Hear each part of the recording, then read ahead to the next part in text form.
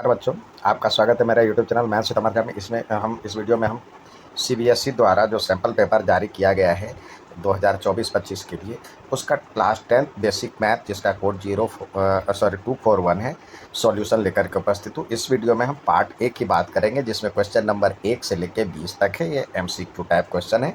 आइए सवाल की तरफ चले। आइए कुछ जनरल इंस्ट्रक्शन जान लें। इसमें कह रहा है कुल 38 क्वेश्चन होंगे। ये 5 सेक्शनों में बटा होगा, ए बी सी डी और ई। इसमें कह रहा है ए में 1 से 18 तक एमसीक्यू होंगे। एमसीक्यू और प्लस में दो जो होगा असर्टेन और रीजनिंग बेस, अभिकथन और कारक बेस होगा। तो 2 क्वेश्चन इस तरह से होगा, 1 नंबर के सारे होंगे। तो ये हो जाएगा। इसमें 20 क्वेश्चंस हैं। और बी पार्ट में आते हैं 21 से 25 तक, ये 5 हैं। ये क्वेश्चन नंबर 21 से 25 तक ये 2 मार्क्स के होंगे। इसके बाद सी में 3 मार्क्स के क्वेश्चन होंगे। ये होगा 26 से 31 तक 3 मार्क्स के क्वेश्चन होंगे।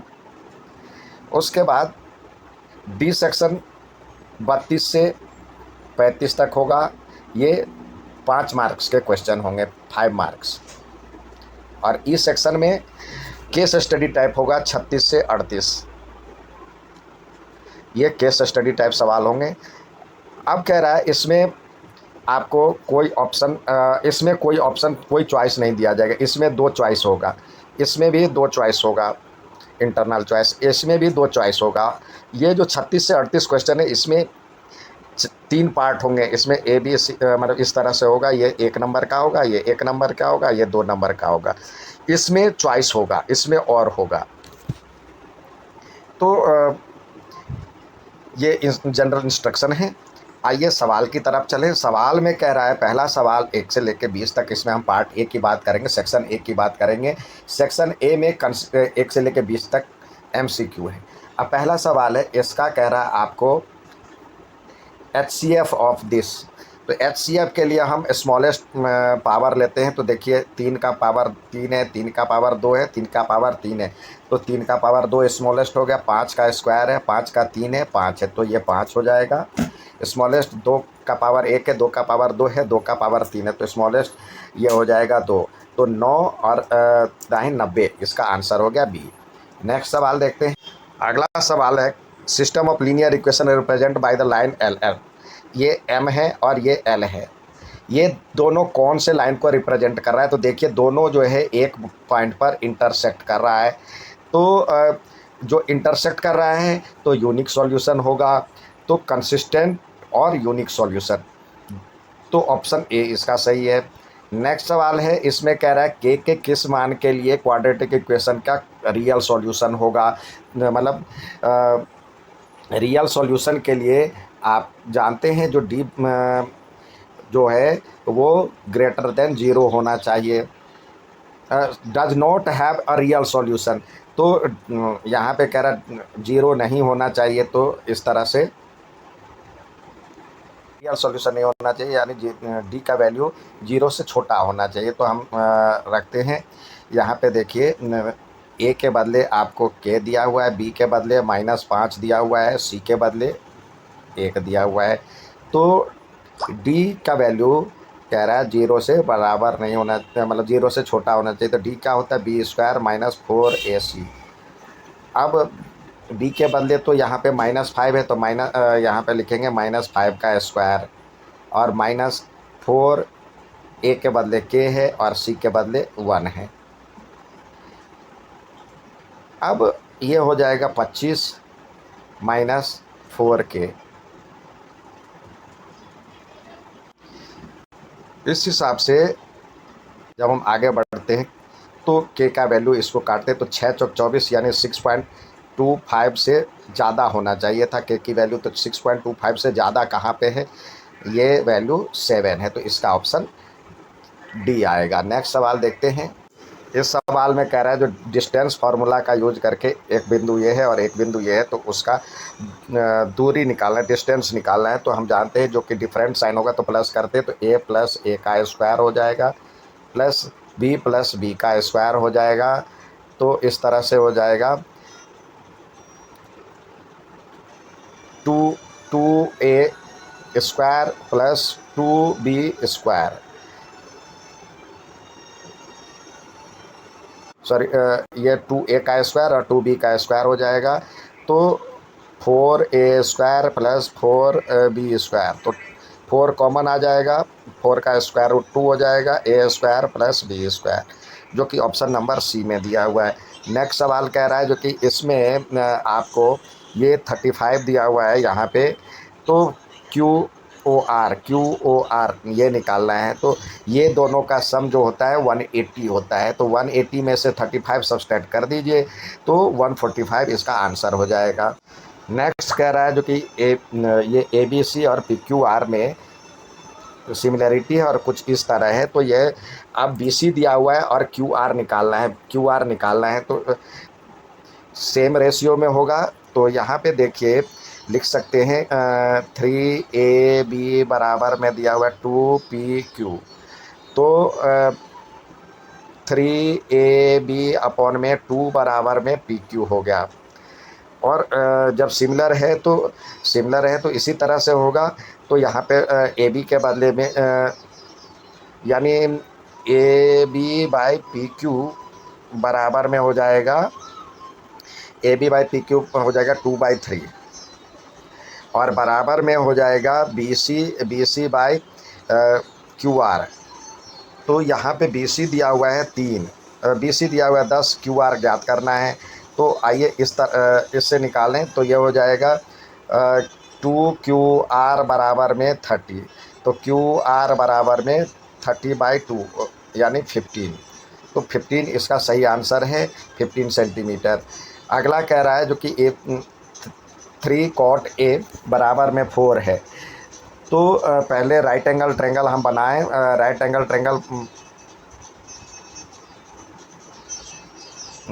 ट्रेंगल बनाएंगे तो आप जानते हैं कॉट ए बराबर जो हो जाएगा 4/3 हो जाएगा, तो ये होता है b/p, तो ये हो जाएगा 4, ये हो जाएगा 3, पाइथागोरस से यूज करेंगे तो ये हो जाएगा 5।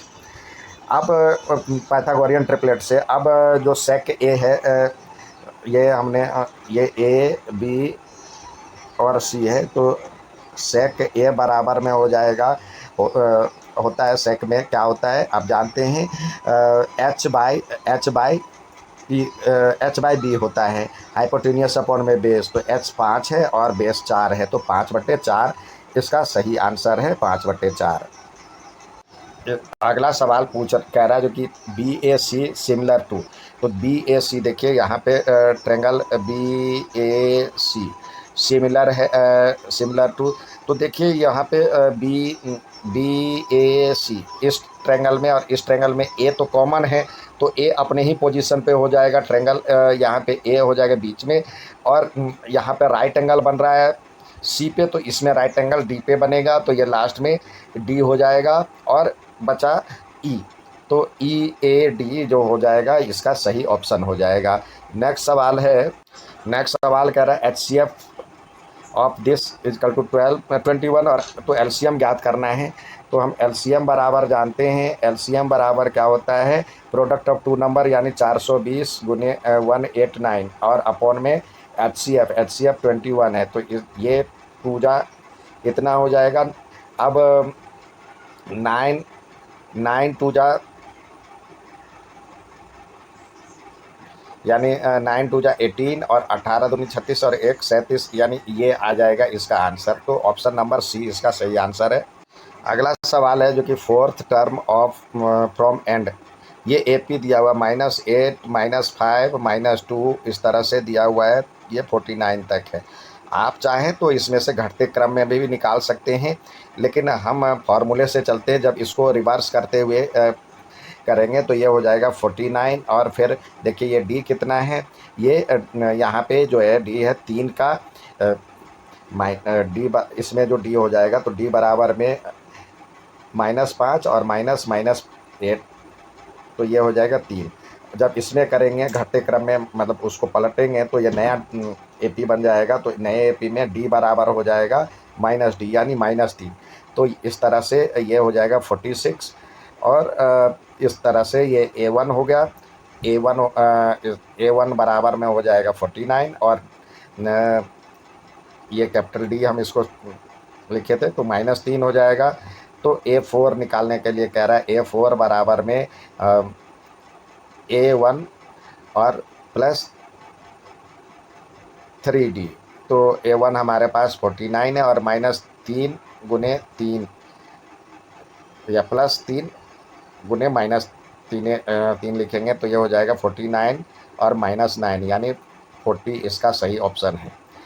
तो आप बी ऑप्शन इसको सही कर सकते हैं। नेक्स्ट सवाल कह रहा है इन गिवन फिगर सी ओ ए यानी ये ट्रायंगल और ओ बी डी ये सिमिलर है। तो इस तरह से देखिए सी बीच में है तो ये एंगल इसके बराबर हो जाएगा। आपको कह रहा है OAC ज्ञात करने के लिए, OAC ज्ञात करने के लिए तो ये जितना है इतना ही ये हो जाएगा। तो ये हो जाएगा 58 डिग्री जो ऑप्शन नंबर ए में दिया हुआ है। इसमें आपके जो क्वेश्चन में दिया हुआ है इसके जो आंसर की में दिया हुआ है 52 दिया हुआ है, लेकिन 52 सही नहीं दिख रहा है इसके अकॉर्डिंग, क्योंकि जिस क्रम में सिमिलरिटी है उसी क्रम में ये होना चाहिए। तो देखिए एंगल ओ पे जो एंगल बन रहा है एंगल ओ पे बनेगा, एंगल सी पे जो बन रहा है वो एंगल सी पे जो बन रहा है एंगल बी पे बनेगा, और एंगल डी पे जो बन रहा है वो ए पे बनेगा। तो इस तरह से ये 58 डिग्री होगा। अब यहाँ पे सवाल दिया हुआ है 12th में, कह रहा है if a perimeter of a given triangle is 38 centimetre. तो AP की लंबाई हमें ज्ञात करने के लिए कह रहा है। तो देखिए ये दिया हुआ है 6, ये 8, तो ये भी 8 हो जाएगा यहाँ से यहाँ तक, और यहाँ से यहाँ तक 6 हो जाएगा। मान लेते हैं AP की लंबाई x है तो जितना ये x इसका तो x इसका भी हो जाएगा। तो इस तरह से ये हो जाएगा x+6 और ये वाला साइड हो जाएगा x+8 और ये हो जाएगा 8 से 14। तो पेरीमीटर क्या हो जाएगा x+8 plus x+6 plus 14 is equal to 38। तो ये x और x 2x और 8 से 14 14 28 बराबर में 38। तो 2x बराबर में ये घट जाएगा तो 10 हो जाएगा, तो x की वैल्यू 5 हो जाएगा। तो लेंथ ऑफ AP जो हो जाएगा 5 सेंटीमीटर हो जाएगा। नेक्स्ट सवाल कह रहा है जो कि ये 1 - 10 square 30 degree 1 + 10 square 30 degree is equal to, तो 10 स्क्वायर 30 डिग्री की वैल्यू होता है 1/√3। तो 1 - 1/√3 का स्क्वायर करेंगे और 1 - 1/√3 का यहाँ प्लस स्क्वायर करेंगे। तो इस तरह से ये हो जाएगा 1 - 1/3 और यहाँ पे 1 - 1/3 1 + 1/3। तो हम जब हल करेंगे तो ये 3 और ये हो जाएगा 3 में से 1 गया तो ये 2 और यहाँ पे हो जाएगा नीचे में 4/3। तो ये 3 तो कट गया, ये हो जाएगा 2। तो इस तरह से इसका आंसर आ जाएगा 1/2। 1/2। अब देखें किसका आंसर इसमें 1/2 है। cos 60 की वैल्यू जो होता है 1/2 होता है। तो ये ऑप्शन नंबर ए सही है। नेक्स्ट सवाल कह रहा है total surface area of solid hemisphere of radius r। तो टोटल सरफेस एरिया जो होता है हेमिस्फेयर का होता है 3πr²। तो ऑप्शन सी सही है इसका। नेक्स्ट सवाल कह रहा है which of the following can not be probability of an event. किसी चीज़ की प्रायिकता जो है ये 1 से ज़्यादा नहीं हो सकती है, 0 और 1 के बीच में होती है। तो यहाँ पे डी दिया हुआ 1 से ज़्यादा है तो ये नहीं हो सकता है। The root of quadratic equation are. तो इसका रूट निकालना है तो सबसे पहले डी निकालें। तो यहाँ पे ए बराबर में दिया हुआ है 3, बी बराबर में दिया हुआ है -4√3, सी बराबर में 4। तो हम डी निकालते हैं, डी की वैल्यू होता है b² - 4ac। तो b -4√3 का स्क्वायर करेंगे -4 और इंटू 4 × 3। तो ये हो जाएगा 4 चौके 16 या 48 48 और ये हो जाएगा 4 चौके 16 या 48 ये भी 48। तो यानी 0 हो जाएगा। जब 0 होता है तो इसके रियल और इक्वल रूट होते हैं, रियल एंड इक्वल रूट, जो कि ऑप्शन बी में दिया हुआ है। नेक्स्ट सवाल कहता है इसमें 80 बच्चों का जो डिस्ट्रीब्यूशन दिया हुआ है, तो मीडियन क्लास निकालने के लिए कह रहा है ये दिया ही हुआ है बढ़ते क्रम में। तो पहले इसको हम ये टेबल से मतलब ये जो क्लास मार्क है, क्लास इंटरवल, हम 0 से 10 करें और ये हो जाएगा, ये CF के ही रूप में रहेगा। 10 से 20 हो जाएगा, 20 से 30, 30 से 40, 40 से 50 और 50 से 60, ये हो जाएगा। अब हमें कह रहा है जो कि 80 बच्चे हैं, तो 80 का आधा हो जाएगा 40। तो 40 वाला जो स्टूडेंट है वो किस क्लास इंटरवल में आएगा, इसमें आएगा। तो इसका कह रहा है ये हो गया आपका मीडियन क्लास। तो मीडियन क्लास हो गया 30 से 40 आंसर। अब कह रहा है quadratic polynomial whose zeros are minus मतलब 2/5 एंड -1/5। तो इस तरह से हमारे हम इक्वेशन पोलिनोमियल बनाएंगे। तो x² और माइनस इसको जोड़ेंगे तो ये हो जाएगा 2/5 प्लस -1/5 और x प्लस में 2/5 इंटू -1/5। तो जब हम सॉल्व करते हैं तो ये हो जाएगा x² और ये -1/5 हो जाएगा x, और प्लस में ये हो जाए, ये माइनस ही हो जाएगा 2/25। अब LCM लेकर के करते हैं तो ये हो जाएगा 25x² माइनस 5x और -2। तो ये इक्वेशन हो गया जो कि आपको डी में दिया हुआ है। ये पॉलिनोमियल हो गया जो ऑप्शन डी में है। यहाँ पे अभिकथन और कारक बेस का सवाल है। तो कह रहा है ये सीक्वेंस है, ये AP में है। तो ये AP में देखिए दोनों में कॉमन डिफरेंस जो है एक ही क्रम में 0 0 सब बढ़ रहा है, तो ये AP में है। और इन AP an-1 इज कांस्टेंट। ये हमेशा जो ये जो फार्मूला है ये समांतर मतलब सार अंतर का फार्मूला है, कॉमन डिफरेंस का फार्मूला है। ये हमेशा एक जैसा होना चाहिए जहाँ पे n का वैल्यू 2 या 2 से अधिक रहे। तो ये भी सही है और ये इसकी व्याख्या भी करता है। तो इस तरह से इसका ऑप्शन ए सही है। अब यहाँ पे कह रहा है ये इरेशनल नंबर है। तो देखिए 2 प्लस √3 को √3 से मल्टीप्लाई करेंगे तो ये हो जाएगा 2√3 + 3। तो ये इरेशनल नंबर है। Product of 2 irrational number is always irrational. यहाँ पे जो प्रोडक्ट ऑफ 2 इरेशनल नंबर जो कहता है वो हमेशा सही नहीं होता है, क्योंकि मान लीजिए कि √2 को √2 से करते हैं तो ये 2 हो जाता है। तो ये हमेशा सही नहीं है। तो ए सही है बट R इज फॉल्स। तो ये इसका ऑप्शन सी है।